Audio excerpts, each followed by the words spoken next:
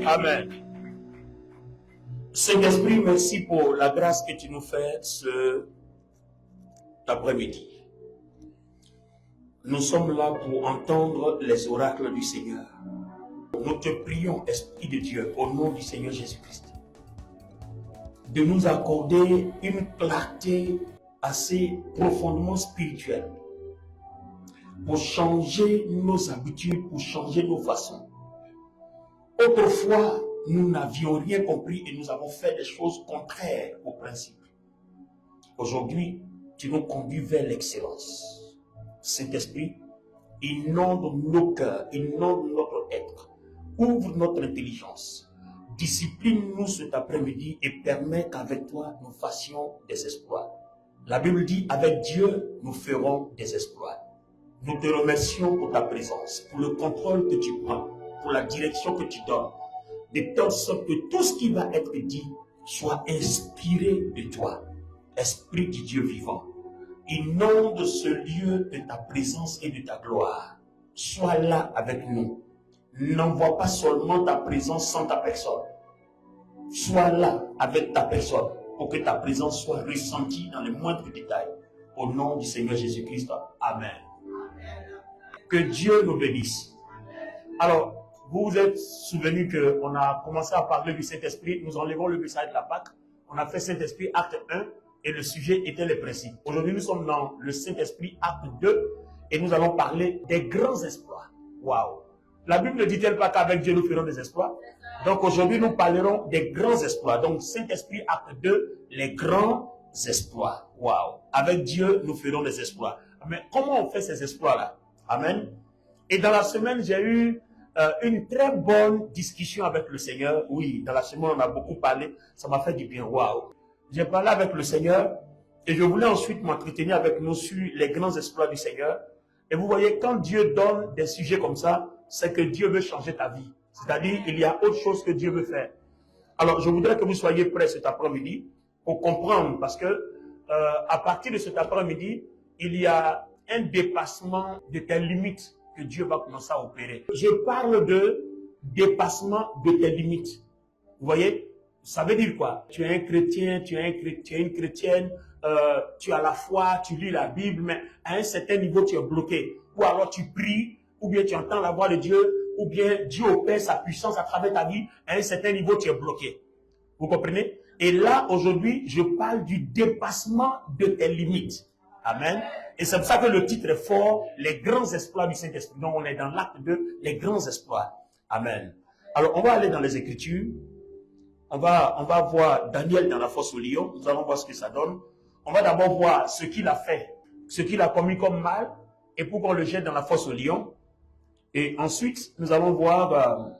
Et Darius, le maître, âgé d'environ 62 ans, accéda au pouvoir royal. Darius jugea bon de nommer 120 satrapes pour gouverner tout le royaume.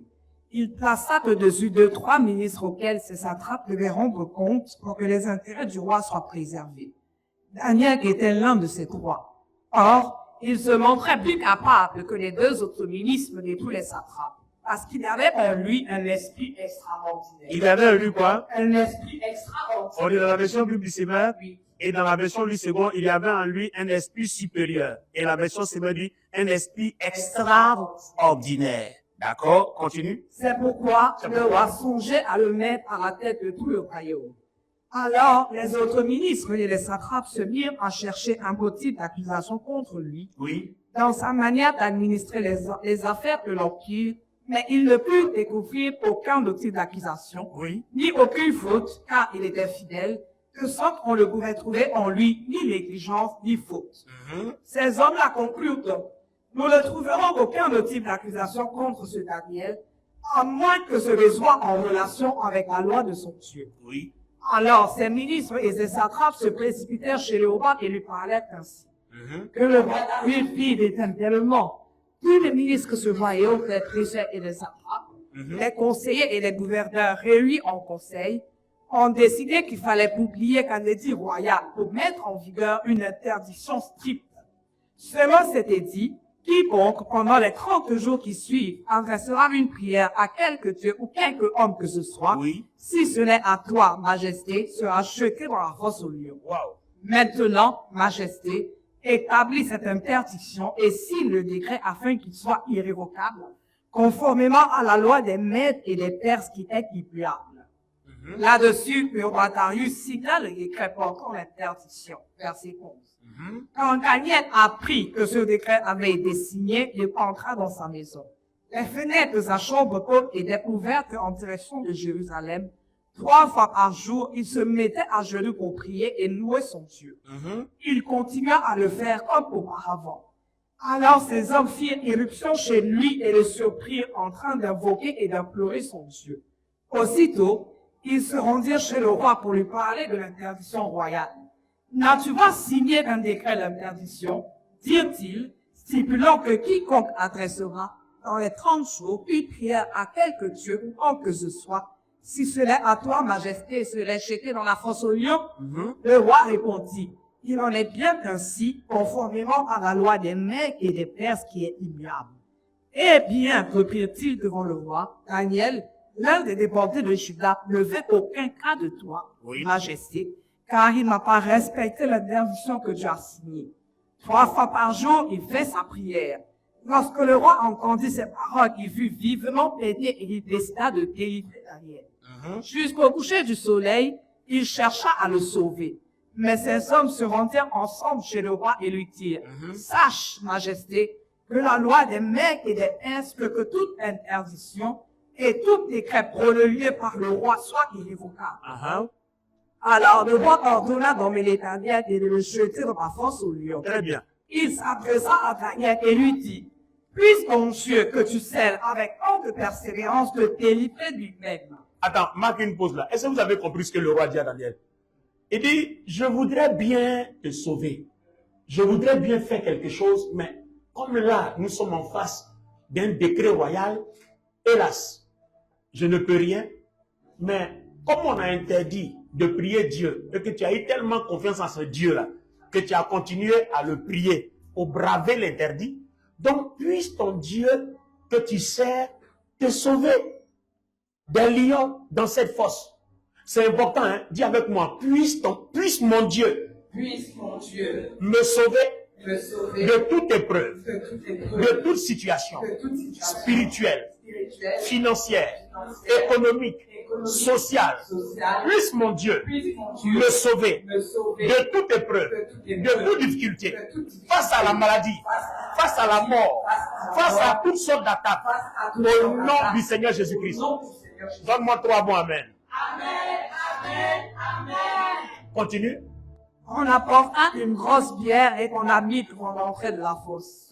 Le roi y apposa son sceau avec son anneau et ceux des co-dignitaires, Oui. afin que rien ne puisse être changé qu'aux dispositions prises à l'égard de Daniel. Exactement. Après cela, le roi rentra dans son palais. Uh-huh. Il passa la nuit sans manger et refusa tout divertissement. Oui. Et il ne fait pas un pas à trouver le sommeil. Très bien. Dès le point du jour, le roi se leva et se rendit en toute hâte à la fosse au lion. Oui. Quand il s'en approchait, Oui. il appela Daniel du vent angoissé. Oui. Daniel, Daniel. serviteur du Dieu vivant, Ah. partit.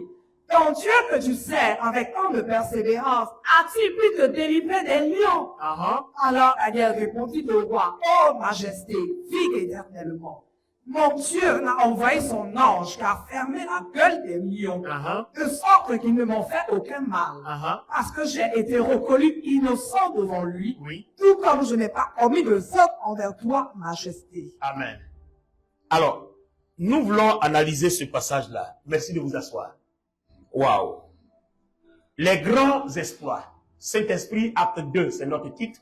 Les grands exploits, c'est notre sous-titre. Les amis, vous vous souvenez que la première fois, nous avions parlé on a analysé un fait dans 2 Chroniques, le chapitre 9, je crois, le verset 20, où nous avons parlé de, au temps de Salomon, l'argent n'était qu'un métal qui n'avait aucune valeur. Et puis à notre époque, nous souffrons pour cet argent. Et on a essayé d'analyser pour savoir quel était le problème à l'époque de Salomon et quel est le problème à notre époque pour que ce qui était facile sous une ancienne alliance révolue, hein, soit difficile pour nous, c'est une nouvelle alliance puissante. Aujourd'hui, voici une autre analyse. Regardez ici. Comment il s'avère que des gens qui ont marché avec Dieu ont connu de si grands exploits dans leur vie. Ils ont connu de si grands exploits dans leur vie. Alors que nous avons Jésus-Christ, qui est mort à la croix. C'est-à-dire, ce qu'on ne pouvait pas faire, le Seigneur Jésus est venu faire pour nous. Et puis là, jusque-là, nos exploits sont très limités. D'où le titre, le Saint-Esprit, acte 2, les grands exploits. Regardez bien, un homme que vous jetez dans la fosse aux lions, et puis la gueule des lions se ferme, et c'était des lions affamés, avides de nourriture, prêts à manger quoi que ce soit. Si vous lisez la suite, vous allez voir que ceux qui ont comploté pour que Daniel soit mis dans la fosse aux lions, quand le Seigneur a renversé la situation, quand on les a jetés, les lions les ont broyés avant même qu'ils touchent le fond de la fosse. Alors que Daniel est descendu, les lions ont eu la gueule fermée. Regarde ton voisin, dis-lui, quel grand espoir. C'est de ça qu'il est question dans notre sujet. Les grands exploits. Alors, vous voyez que notre question va être, comment nous aussi, nous allons faire pour que ce genre de témoignage-là arrive à notre vie. Vous voyez, quand le Seigneur donne ce genre de message, c'est qu'il veut que tu dépasses les témoignages. J'avais mal à la tête, j'ai été guéri, mon orteil a heurté une pierre, et puis j'avais la douleur, le Seigneur l'a calmé. Non, on parle des espoirs, mais les grands espoirs. Les grands espoirs, les amis. Les grands espoirs. Alléluia. Les grands espoirs. Je me souviens d'un espoir opéré par une jeune dame de l'église Œuvre et Mission à cette époque-là, à Abidjan, sur une voie qui n'était pas encore baptisée Carrefour de la vie, qui était Carrefour de la mort. Elle venait du culte du soir, et puis 2 brigands étaient sortis pour la violer. Et puis, avec toute l'autorité de Dieu en elle, elle a commandé, esprit d'impudicité, au nom de Jésus, je te lis. Il y a un brigand qui est tombé, boum. L'autre voyou a eu peur, il pensait avoir affaire à une sorcière ou bien à une mystique, il a commencé à courir. Elle aussi, elle a commencé à courir de son côté. Bon, mon cher, ça vaut mieux. Vous comprenez? Alors, vous voyez, quand nous parlons d'espoir, on parle d'espoir et espoir, on parle de grands espoirs. C'est pas n'importe quoi que nous appelons espoir. Vous voyez? Alors, analysons notre test. Daniel avait en lui un esprit extraordinaire, selon la version Bible du Semeur, et la version lui seconde dit un esprit supérieur. Cet esprit supérieur n'est autre que le Saint-Esprit. Mais dites-nous, de l'époque de Daniel et à notre époque, à qui le Saint-Esprit était le plus ouvert? C'est à nous. Puisqu'à son époque, il n'y avait pas encore la révision des péchés, il n'y avait pas encore la croix, donc les péchés n'étaient pas encore généralement pardonnés. Mais à notre époque, tout est accompli. Donc, le Saint-Esprit a plus accès à nous. Comme je le disais pendant la Pâque, vous voyez, quand vous prenez le tabernacle a 3 dimensions. Vous voyez, parvis, lieu saint, et puis lieu très saint. Le lieu très saint, c'est là-bas qu'on rencontre le Saint-Esprit, la sainteté de Dieu, là où s'opèrent les grands espoirs. Vous comprenez? Et si vous comprenez, l'homme aussi est fait de corps, âme et esprit. C'est le même modèle. C'est-à-dire, il y a un endroit où Dieu te rencontre. Or, nous, c'est dans notre esprit que Dieu nous rencontre. Donc, dans le modèle du tabernacle, vous voyez, le modèle du tabernacle est conçu selon le modèle humain. Dieu a regardé toutes ces choses et puis il a fait l'homme. Vous voyez? Donc, l'homme est fait à son image. Donc, quand on dit Dieu nous a créé à son image, à sa ressemblance, c'est un peu ça. Vous voyez? Il est parvis, il est saint et très saint. L'homme aussi est chair. Voilà. C'est-à-dire, il est pervers, et puis après, il est saint, et puis très saint. Mais nous, 2 Corinthiens 5, 17 dit, si quelqu'un est en Christ, il a une nouvelle créature.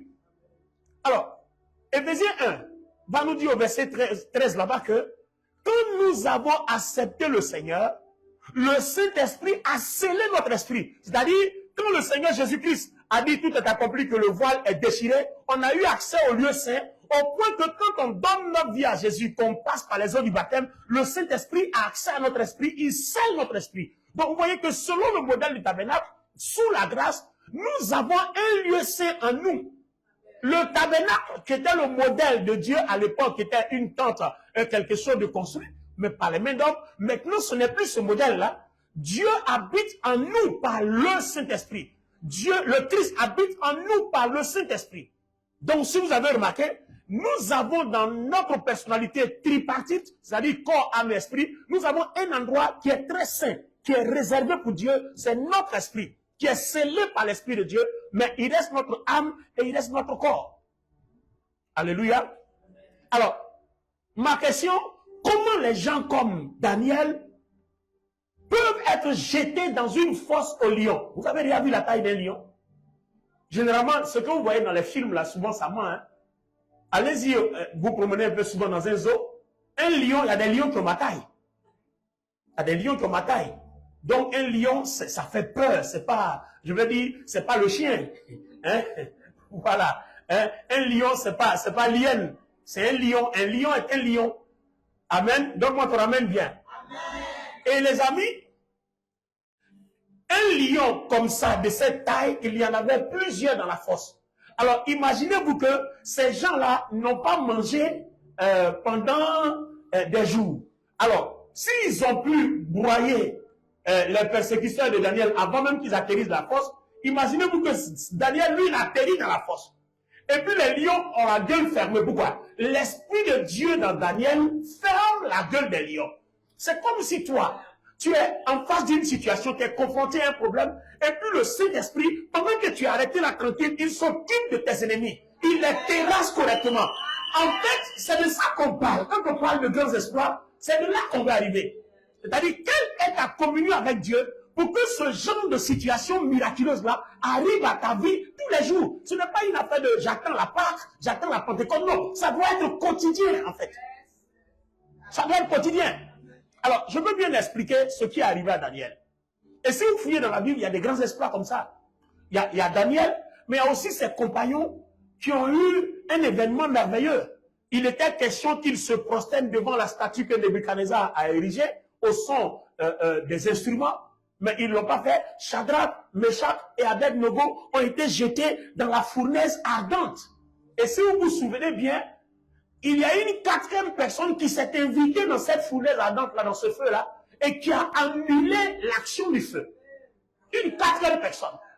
Or, cette quatrième personne, c'est l'Esprit supérieur. Donc, le Saint-Esprit s'est invité dans le feu. Je déclare que le Saint-Esprit s'invite dans tes problèmes. Ah, donne-moi ton amen bien. Je déclare que le Saint-Esprit s'invite dans la guérison de ta maladie.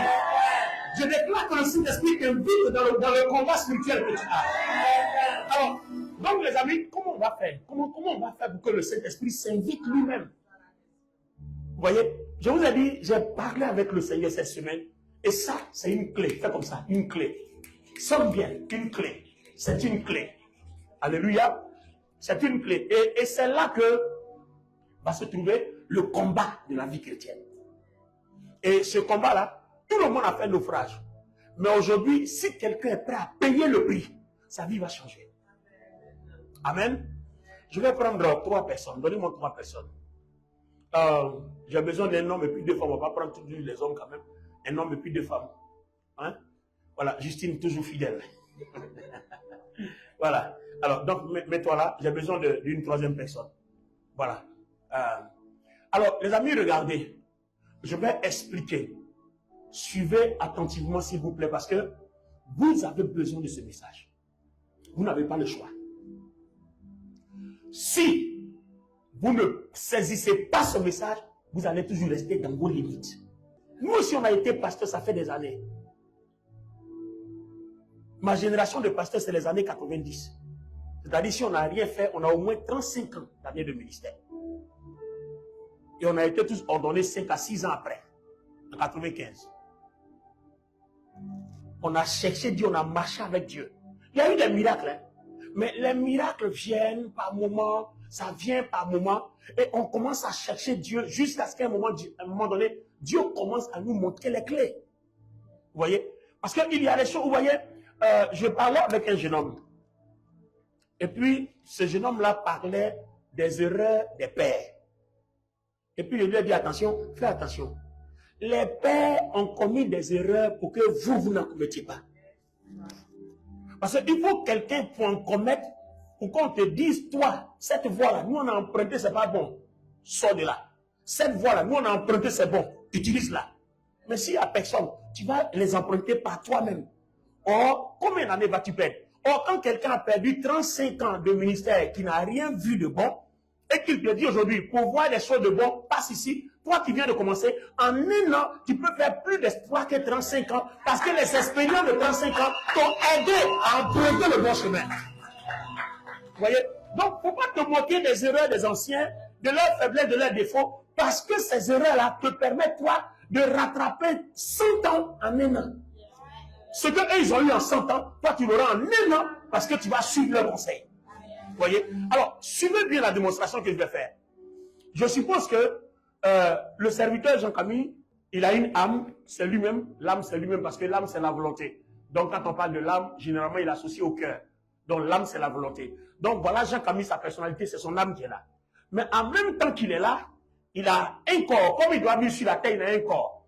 Et comme Dieu doit travailler en lui et parler avec lui, il a un esprit. Donc, c'est dans l'esprit-là que le Saint-Esprit est lié. Donc, le Saint-Esprit, après être passé par les eaux du baptême, qu'on a pris l'engagement de marcher avec Jésus, le Saint-Esprit a lié notre esprit. Donc, vous voyez que, même si le diable passe par le corps, il peut influencer l'âme, mais il ne peut jamais atteindre l'esprit parce que le Saint-Esprit a barricadé l'esprit. Est-ce que vous comprenez? Le Saint-Esprit a fait exprès pour que l'opportunité d'avoir toujours le salut soit toujours disponible. Parce qu'à l'époque, dans le jardin d'Éden, le diable avait occupé tout.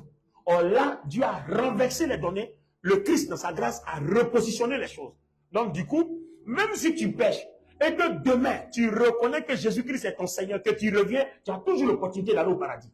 L'exemple, le brigand qui a été miraculeusement même sauvé, in extremis, de justesse, pour aller au ciel.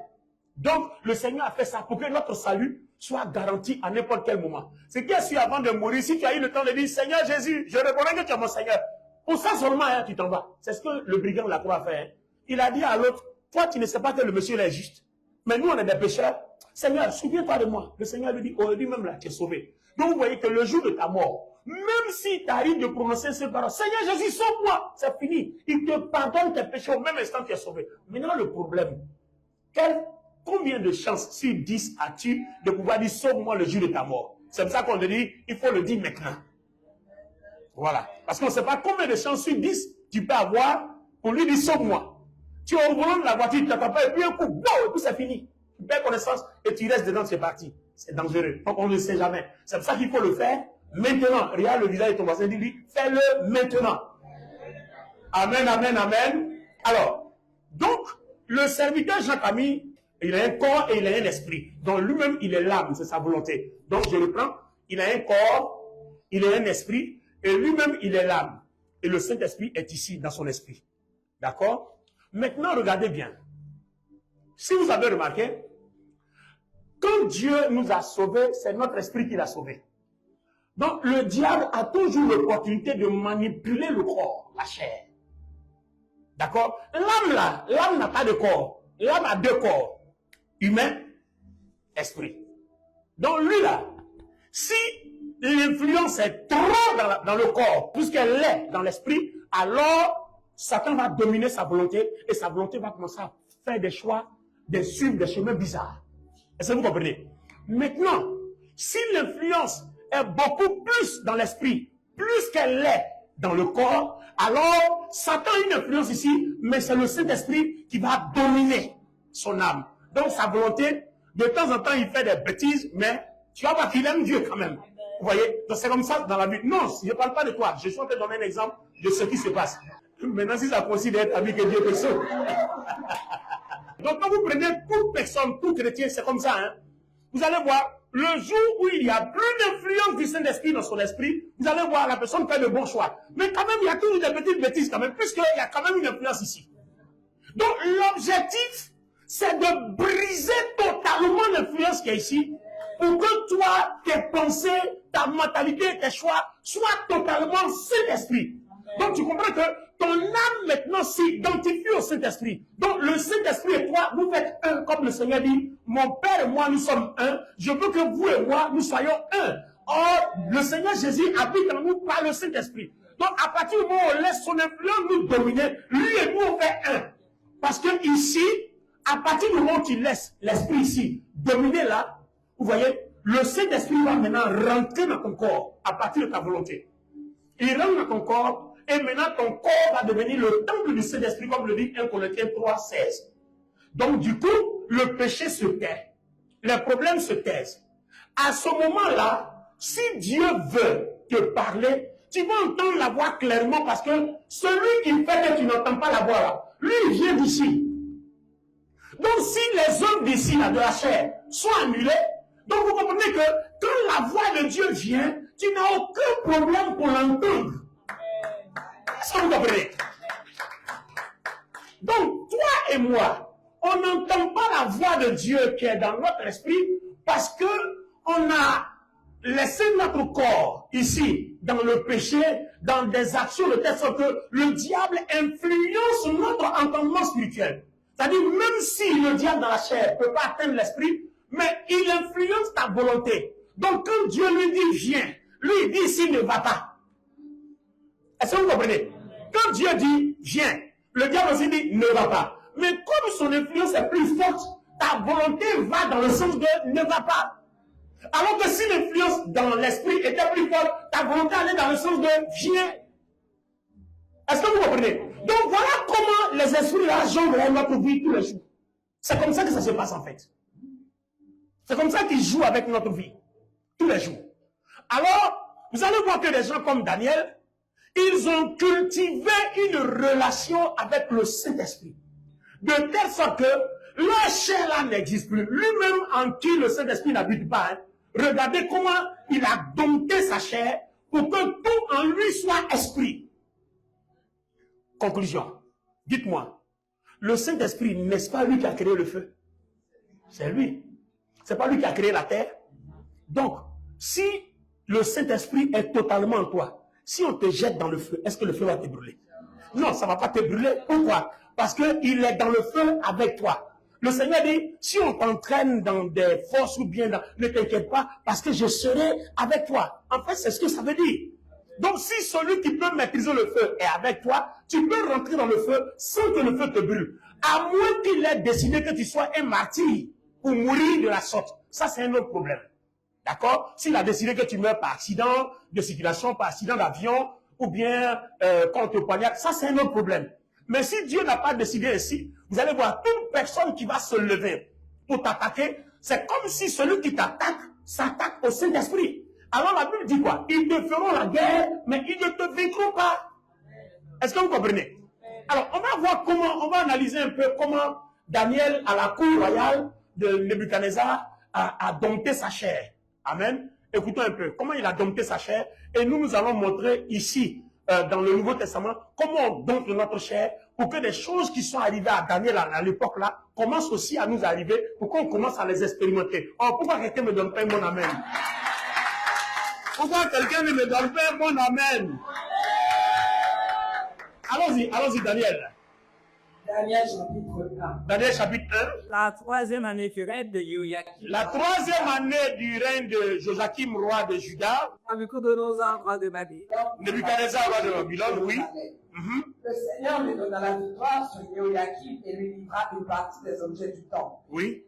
Nabuchodonosor les fit transporter en Babylonie dans le temple de son Dieu et il déposa ses objets dans la salle du trésor de son Dieu. Voilà, donc il va prendre aussi des jeunes gens pour aller servir à son palais. Continue. Le roi ordonna à Ashpenaz, chef de son personnel, de faire venir des Israélites de lignée royale ou de famille noble, Oui. quelques jeunes gens sans défaut physique et de belle apparence. Ils devaient être doués d'intelligence, de sagesse dans tous les domaines, Oui. posséder de grandes connaissances, être capable d'apprendre la science Oui. et de bonne constitution pour entrer au service du palais royal Oui. et apprendre la langue et la littérature des Chaldéens. Très bien. Le roi leur prescrivit pour chaque jour une part des mets de la table royale et du vin dont il buvait lui-même. Leur formation devait durer 3 ans, après quoi ils entreraient au service personnel du roi. Oui. Parmi les Judéens qui furent sélectionnés se trouvaient Daniel, Anania, Michaël et Azaria. Le chef du personnel leur attribua de nouveaux noms. Il appela Daniel Belshazzar, Oui. Anania Shadrach, Michaël Meshach et Azaria Abednego. Oui. Daniel prit dans son cœur la résolution de ne pas se rendre impur. Attends. Là, on commence maintenant. Qu'est-ce que Daniel va faire? Celui qu'on jette dans la fosse aux lions, et puis les lions adorent. Les lions se prosternent pour servir Dieu. Qu'est-ce qu'il a fait? Il prit dans son cœur Il prit dans son cœur la résolution de ne pas se rendre de ne pas se rendre impur. Mais quand on dit de ne pas se rendre impur, c'est quoi? De ne pas rendre son esprit impur à partir de la chair. Est-ce que vous comprenez? Quand il dit il prit la résolution de ne pas se rendre impur, c'est-à-dire ce qui va manger là-bas, sur la table là, peut empêcher les exploits de Dieu à partir de son esprit d'opérer. Donc il prit la résolution. À tes résolutions répondra le succès. Donc aujourd'hui, ce mot-là va être important, prendre des résolutions. Et le Saint-Esprit va t'accompagner dans la prise de résolution. Écoutez bien le message que je vous donne, parce que à partir d'aujourd'hui, là, vous allez expérimenter des choses avec Dieu. Il n'est pas normal, c'est ce que j'ai toujours dit, d'être un chrétien et puis de continuer à souffrir. Le péché te domine. Quoi encore? La pauvreté, la malédiction, toutes ces choses-là, alors que Dieu sait où ces choses-là se trouvent. Mais cette semaine-là, j'ai fait une expérience avec le Saint-Esprit et failli devenir fou dans la maison. Bon, je ne vais pas vous donner tous les détails, mais je vous donne la généralité parce qu'il y a des détails qui ne vous concernent pas. D'accord? Je vais vous donner le témoignage pour que vous compreniez la partie qui vous concerne. Je faisais quelque chose. J'avais besoin de tirer au choix et puis d'avoir un gain. Et puis, je suis bloqué quelque part et il me reste un seul choix. Alors que j'ai travaillé pendant au moins 1 ou 2 semaines, alors il me faut ce gain-là. Donc, je n'ai plus de choix, j'ai un seul. Si j'appuie le mauvais endroit, c'est-à-dire j'ai perdu tout ce que j'ai abattu pendant 2 semaines. Donc cette fois-ci, là, je suis allé, j'ai dit Saint-Esprit, permets que je touche au bon endroit. Si tu fais ça, que tu me montres ta gloire, je te donnerai gloire. Donc j'ai tourné, je parle, j'ai tourné, je parle, et puis je reviens devant mon écran. Quand, par une forte conviction, il dirige mon regard vers un point. Je touche le point là, et puis tout se met en place. J'ai commencé à sauter. J'ai commencé à sauter, j'ai failli devenir fou. En même temps, je me suis prosterné. Je me suis prosterné en même temps. J'ai dit, Saint-Esprit, reçois toute la gloire. Je ne peux pas te donner l'argent, je ne peux rien faire, mais c'est mon cœur là, la résolution de te servir. Donc en fait, il me démontre que il connaît où se trouve tout ce qui est caché pour notre gloire. Les choses que Dieu a réservées pour ta gloire là, le Saint-Esprit connaît où ça se cache. Donc si tu as une bonne relation avec lui, que tes yeux sont ses yeux, tes oreilles sont ses oreilles, ta bouche est sa bouche, c'est pas compliqué. Il va t'orienter où se trouvent les choses et tu vas voir que chaque jour, ta vie, les problèmes, les situations se décampent au fur et à mesure et ta joie ne fait qu'augmenter. Est-ce qu'on peut acclamer le Saint-Esprit? Ben oui. Donc en fait, de toute notre vie chrétienne, on se fatigue, on jeûne, on prie. On jeûne, on prie, en fait, c'est pas ça. C'est d'abord une relation avec le Saint-Esprit. Le Saint-Esprit doit s'identifier en toi. Lui et ton âme, vous devez être identiques. Lui et ton cœur, vous devez être identiques. Si vous n'êtes pas identiques, il faut dire bye bye à tes espoirs.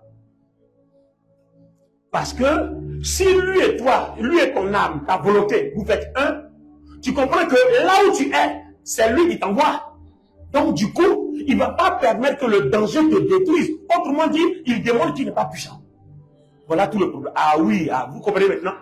C'est-à-dire, si c'est le Saint-Esprit qui te dirige, il ne peut pas t'envoyer quelque part où tu vas échouer. Autrement dit, il va démontrer qu'il n'est pas capable de te bénir.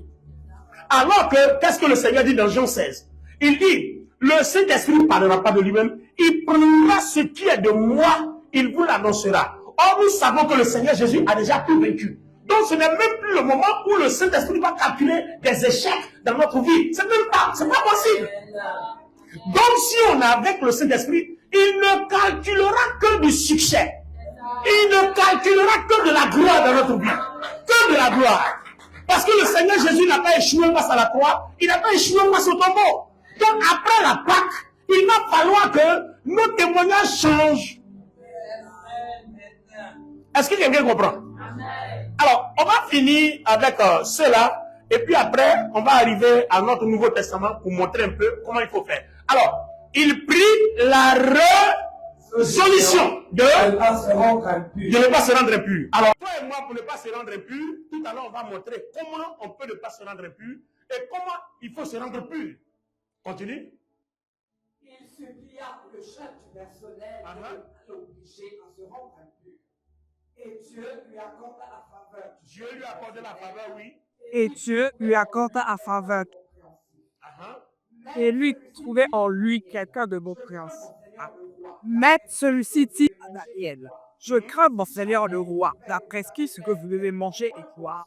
Si jamais il trouvait que vous avez l'air d'être en moins bon santé que les autres gens de votre âge, à cause de vous, le roi me tiendrait par copie de la tête.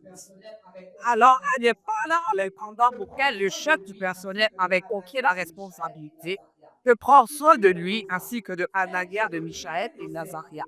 Il lui proposa, faites, je te prie, 10 jours, regardez, au bout de 10 jours, il va apprendre à tuer la chair.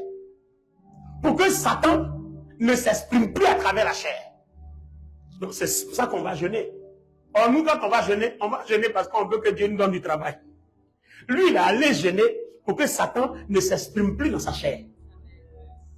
Donc, vous voyez qu'en fait, on fait le mauvais choix.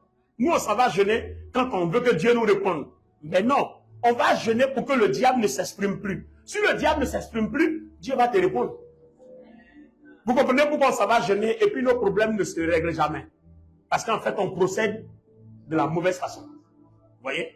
Donc, Dieu ne te répondra pas aussi longtemps que le diable s'exprime à outrance, en puissance à partir de ta chair. Est-ce que vous comprenez? Donc, vous voyez que généralement, pour celui qui comprend cet enseignement, vous voyez qu'en fait, dans notre vie chrétienne, on est plus religieux que chrétien.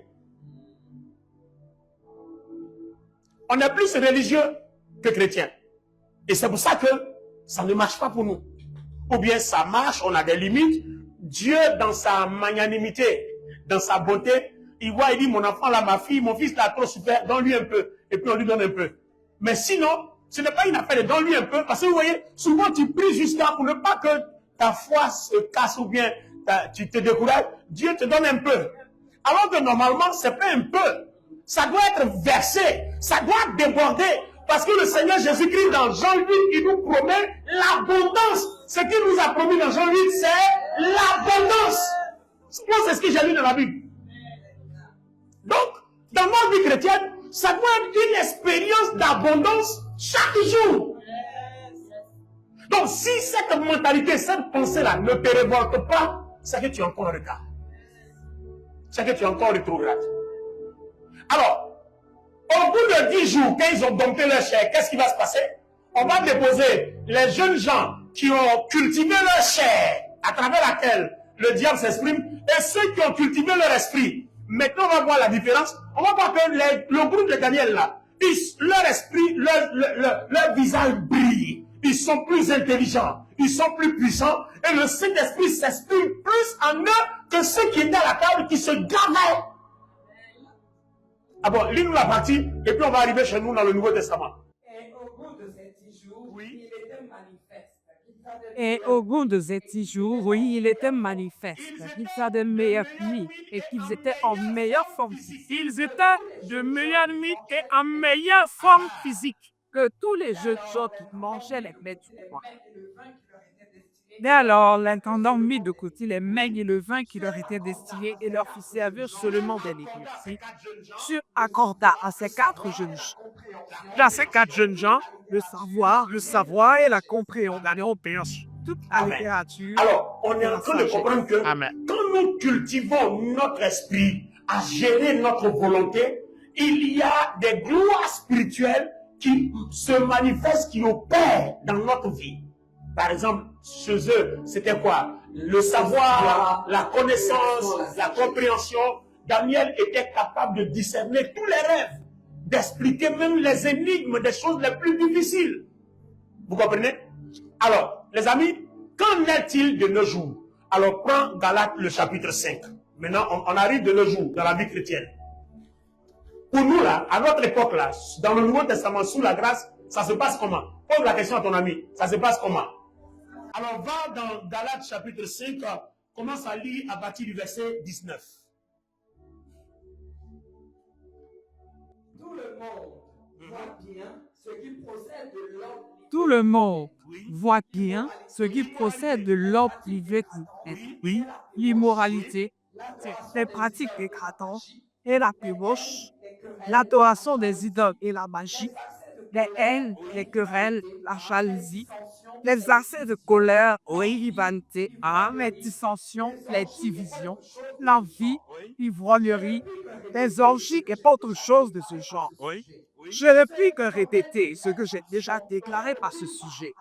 Ceux qui commettent de telles actions auront Alors, donc, vous voyez que à l'héritage de dans son âme, son esprit, parce que le serviteur Jean-Camille est là, il a son âme, lui-même est son âme en tant que volonté. Vous voyez que le jour où il sera sauvé pour aller au ciel, ce corps-là ne partira pas, parce que c'est pour la terre. Amen. C'est son âme et c'est son esprit qui iront. Et on donnera à l'ensemble là un autre corps qu'on appelle un corps glorieux. Donc ce corps glorieux là va faire qu'il aura toujours 3 parties. Mais un corps glorieux spirituel. D'accord? Alors que nous savons bien, Galate dit, dans ce corps là, lui, ce qu'il héberge, ce qu'il veut héberger. Et comme le diable est toujours présent ici, il fait quoi? Il héberge l'immoralité. Les pratiques dégradantes. Pratiques dégradantes. La débauche. C'est-à-dire immoralité, hommes et hommes, femmes et femmes. Vous comprenez, non? Voilà, comment on appelle ça? Masturbation, impudicité, adultère. Quoi ça encore? Continue encore. La débauche. L'adoration des idoles. Elle a plusieurs go, elle a plusieurs gars. Voilà, la débauche. Ensuite. L'adoration des idoles. L'adoration des idoles. La magie. La magie. Les haines. Hein, les gens sont dans les loges, ils sont dans les... Voilà. Ensuite, continue. Les haines. Les haines. Les querelles. Les querelles. La jalousie. Jalousie. Les accès de colère. Les accès de colère. Les rivalités. Les rivalités. Les dissensions. Les dissensions. Les divisions. Oui. L'envie. L'envie. L'ivrognerie. Les orgies. Uh-huh. Et autres choses de ce genre. Très bien. Alors, vous voyez les soirées que les gens font, les partous, les machins et tout ça. Tout ça là, lui, il aime ça. Donc, c'est ici que le diable exerce son influence avec tout ce que vous voyez là. Maintenant, la Bible dit, si tu laisses ces pratiques-là dominer ton corps, c'est sûr que ton âme sera tellement affectée que tu ne peux pas être sauvé. Autrement dit, la présence de ton esprit ne peut pas influencer ton âme au point que Dieu opère de grands exploits. C'est-à-dire les choses qui sont arrivées à Daniel, comme par exemple, il en face de la gueule, fait des lions, leurs gueules sont fermées. Ces choses-là, toi, ça ne peut pas t'arriver. Pourquoi la Bible dit beaucoup sont appelés, peu sont élus? C'est parce que dans les différentes classes de chrétiens, tout le monde ne vit pas la même chose. Il y a des gens qui vivent selon la chair, d'autres aussi vivent selon l'esprit. C'est pour ça que Romains 8 dit, si vous vivez selon l'esprit, vous allez vivre, mais si vous vivez selon la chair, vous allez mourir. Parce que c'est le diable qui contrôlera votre volonté. Donc, le jour où la trompette sonne, si le diable est en contrôle de votre volonté à partir de votre chair, vous resterez ici, vous allez vivre la grande tribulation. Et qui sait si vous pourrez sauver votre peau.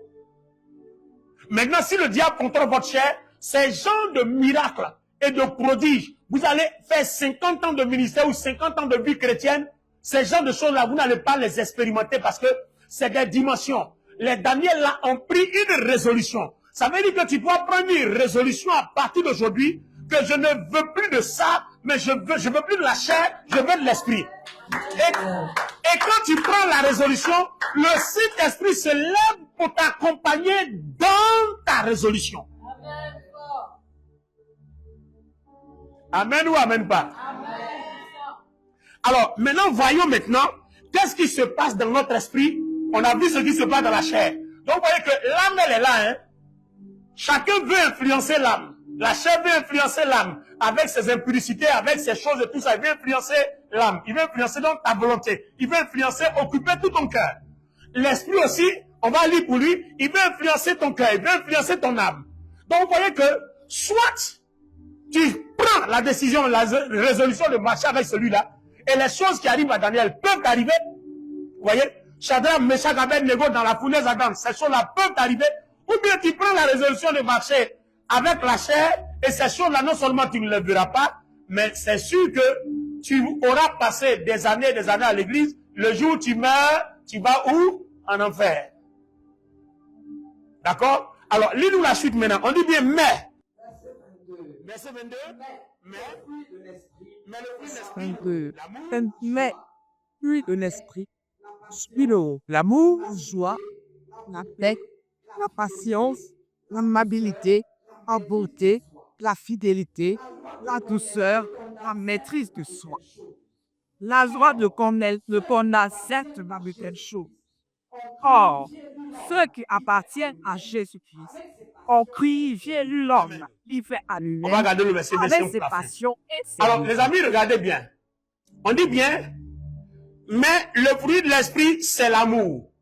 Donc, pour identifier, pour reconnaître que le Saint-Esprit est vraiment en toi, c'est ta facilité de manifester l'amour, ta facilité de manifester la joie, ta facilité que tu as d'être en paix, d'être patient, d'être aimable, d'être bon, d'être fidèle, d'être doux, d'avoir la maîtrise de toi-même. C'est-à-dire, si tu as ces 9 éléments, ces 9 traits de caractère du Saint-Esprit et en toi, tu as le témoignage que le Saint-Esprit influence ton esprit. À partir de cet instant-là, ce genre de miracles-là peuvent t'accompagner. Voici les miracles accompagneront ceux qui auront cru. Donc, si tu as cru, voilà le caractère que ton âme doit développer pour être sûr que la puissance qui est dans ton esprit, parce que le Saint-Esprit, je vous explique quelque chose, merci Seigneur. Regardez bien, qu'est-ce qu'on faisait avant? Nous, avant, on dit, Saint-Esprit, accompagne-moi dans ce projet. Tu vois, non? Manifeste-toi puissamment. C'est-à-dire, on a besoin qu'il nous accompagne, mais on n'a pas besoin qu'il habite en nous. Alors que s'il habite en nous, on ne lui demande plus accompagne-nous parce que partout où on s'en va, il est là. Non, est-ce que vous comprenez? Donc, l'erreur qu'on commettait avant, Seigneur, je te confie mon projet. Donc, on veut qu'il sorte, on veut que le Saint-Esprit sorte de sa cachette, qu'il vienne, le projet est accompli, et puis, quand il finit, Saint-Esprit, merci, au revoir. Rendez-vous pour un prochain projet. Est-ce que vous comprenez? C'est ce qu'on fait en fait. Alors que s'il habite en nous, on ne lui donne pas rendez-vous. Partout où on s'en va, il est là. Et puis même s'il ne veut pas que tu ailles quelque part, quand tu t'en vas là-bas, là, il va te faire entendre. Il ne faut pas aller là-bas, c'est pas bon. Il y a un piège pour toi, c'est pas bon. Ne va pas là-bas. Ce travail-là, c'est vrai, mais ne le prends pas. C'est pas bon pour toi. Prends l'autre travail là, c'est bon. Vous voyez? Donc le Saint-Esprit ne veut pas. Il veut diriger ton cœur, il veut diriger ton âme, il veut gouverner ta vie. À partir du moment où il dirige ton cœur, il dirige ton âme, il gouverne ta vie, c'est là maintenant que ce qu'il est devient ce que tu es. Je n'ai pas bien entendu ton amen. Regardez bien. Le Saint-Esprit a les 9 fruits, on vient de les citer. C'est 9 traits de caractère que le chrétien doit développer. C'est-à-dire, quand tu le développes, ça montre que tu l'as associé à toi. N'oubliez pas que le Saint-Esprit aussi, il développe 3 pouvoirs. Il y a l'opération de ces dons qu'on appelle inspiration. Il y a la prophétie, il y a le parler en langue et puis l'interprétation. Il développe aussi l'opération des dons qu'on appelle révélation. Il y a la parole de connaissance, la parole de sagesse et le discernement de l'esprit. Et puis il développe aussi ce qu'on appelle la puissance. Et dans sa puissance, à travers des dons comme la foi, l'opération des miracles et puis le don des guérisons. Dites-moi, il y a eu la prophétie que Joseph allait devenir grand et tout ça, il a eu ses songes. Mais comment ça s'est réalisé? Il a interprété un rêve. Il était... Ah, tu as vu, non? Il n'a rien fait. Hein? Le panétier et les Samson, 2 serviteurs du roi Pharaon qui ont été emprisonnés. Emprisonnés, ils ont eu des chances. Et Joseph a interprété qu'un va être tué, l'autre sera sauvé. Vous comprenez? Et celui qui a été sauvé là, c'est lui qui a parlé au roi. Et puis, des années plus tard, on s'est souvenu de Joseph par l'interprétation de son discernement. Et ça, c'est quoi? C'est le don de révélation.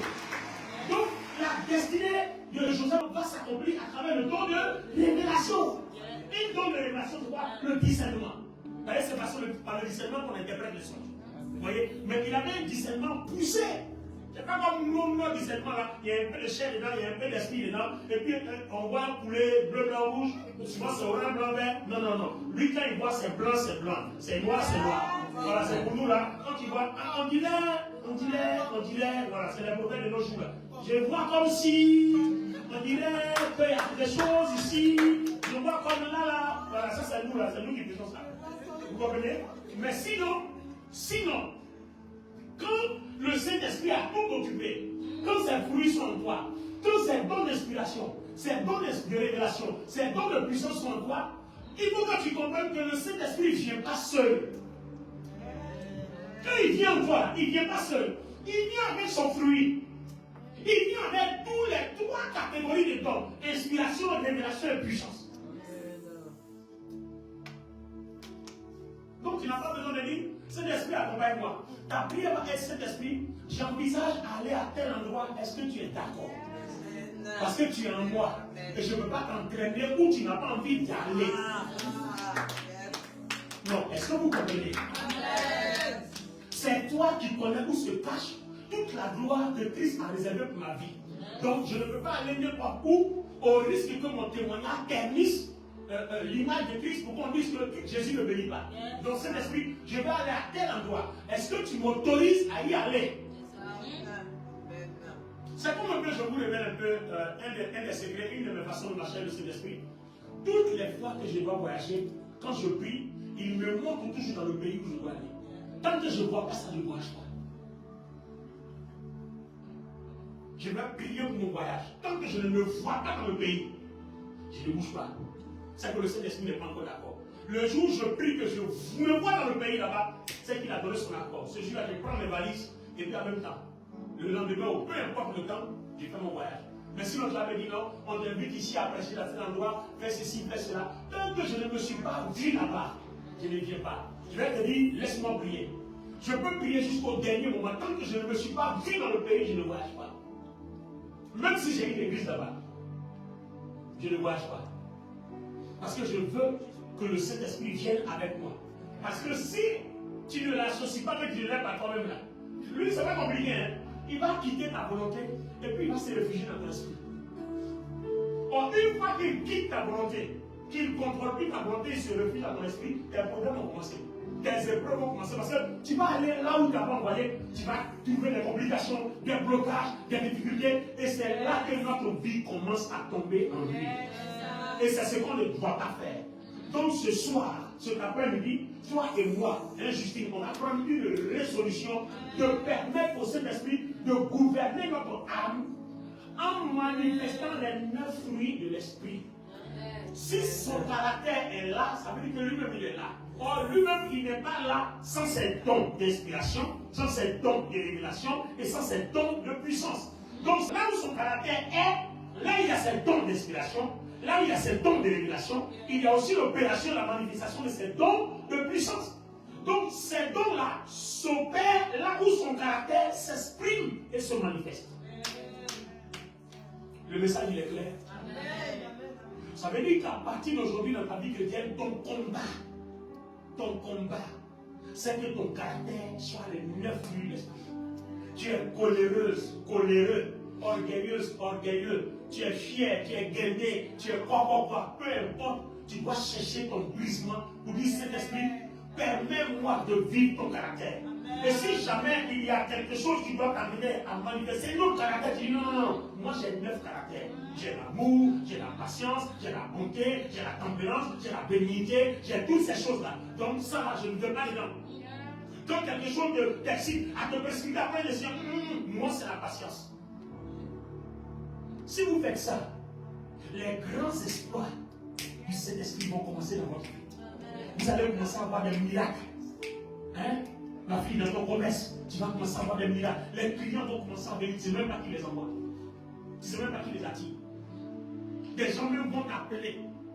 Même petit message que tu vas déposer sur Internet. D'autres vont t'appeler. Ta marchandise là, c'est combien? C'est combien? C'est combien? C'est combien? C'est le Saint-Esprit qui les attire. Pourquoi? Parce que tu l'as associé à ta vie et il opère pour que tu vois la gloire de Christ dans ta vie. Alors, est-ce qu'on peut prier cet après-midi? Tiens-toi. Alléluia. Alors, pour ceux qui nous suivent sur le net, c'est le moment de la prière. Si tu veux participer à nos prières, on te laisse suivre le message pour que le Seigneur Jésus te fasse du bien. Mais si tu veux prier avec nous, c'est tous les dimanches. C'est à Sarcelles, 3 rue du Bas-Péreux, c'est à partir de 14h30. Voilà, 14 200, ça sert, voilà. Vous nous contactez sur notre WhatsApp international 225 05 04 10 69 65, on vous donnera toutes les indications. Voilà, dimanche prochain, on se retrouvera encore à la même heure. Si tu veux prier avec nous, rejoins-nous ici. Nous, on va prier maintenant.